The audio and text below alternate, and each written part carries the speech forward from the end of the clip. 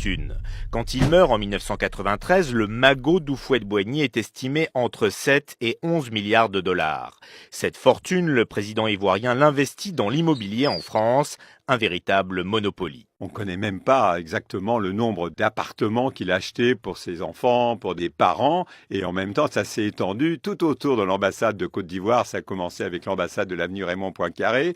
Ils ont racheté tous les immeubles autour, des hôtels particuliers.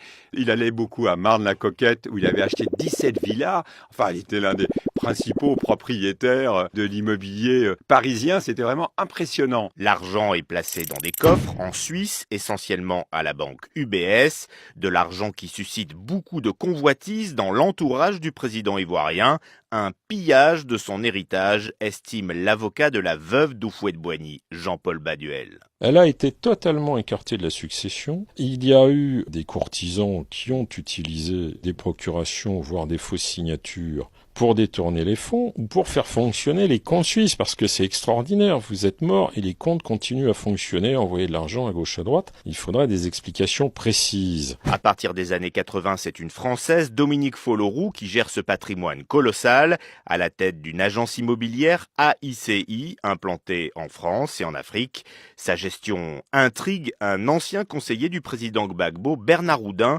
qui dit avoir retrouvé la trace de virements effectués depuis un compte UBS d'Houphouët-Boigny. Il y a à peu près l'équivalent de 24 millions de francs français qui sont transférés entre le compte d'Houphouët-Boigny et le compte de Madame Folloroux à l'époque.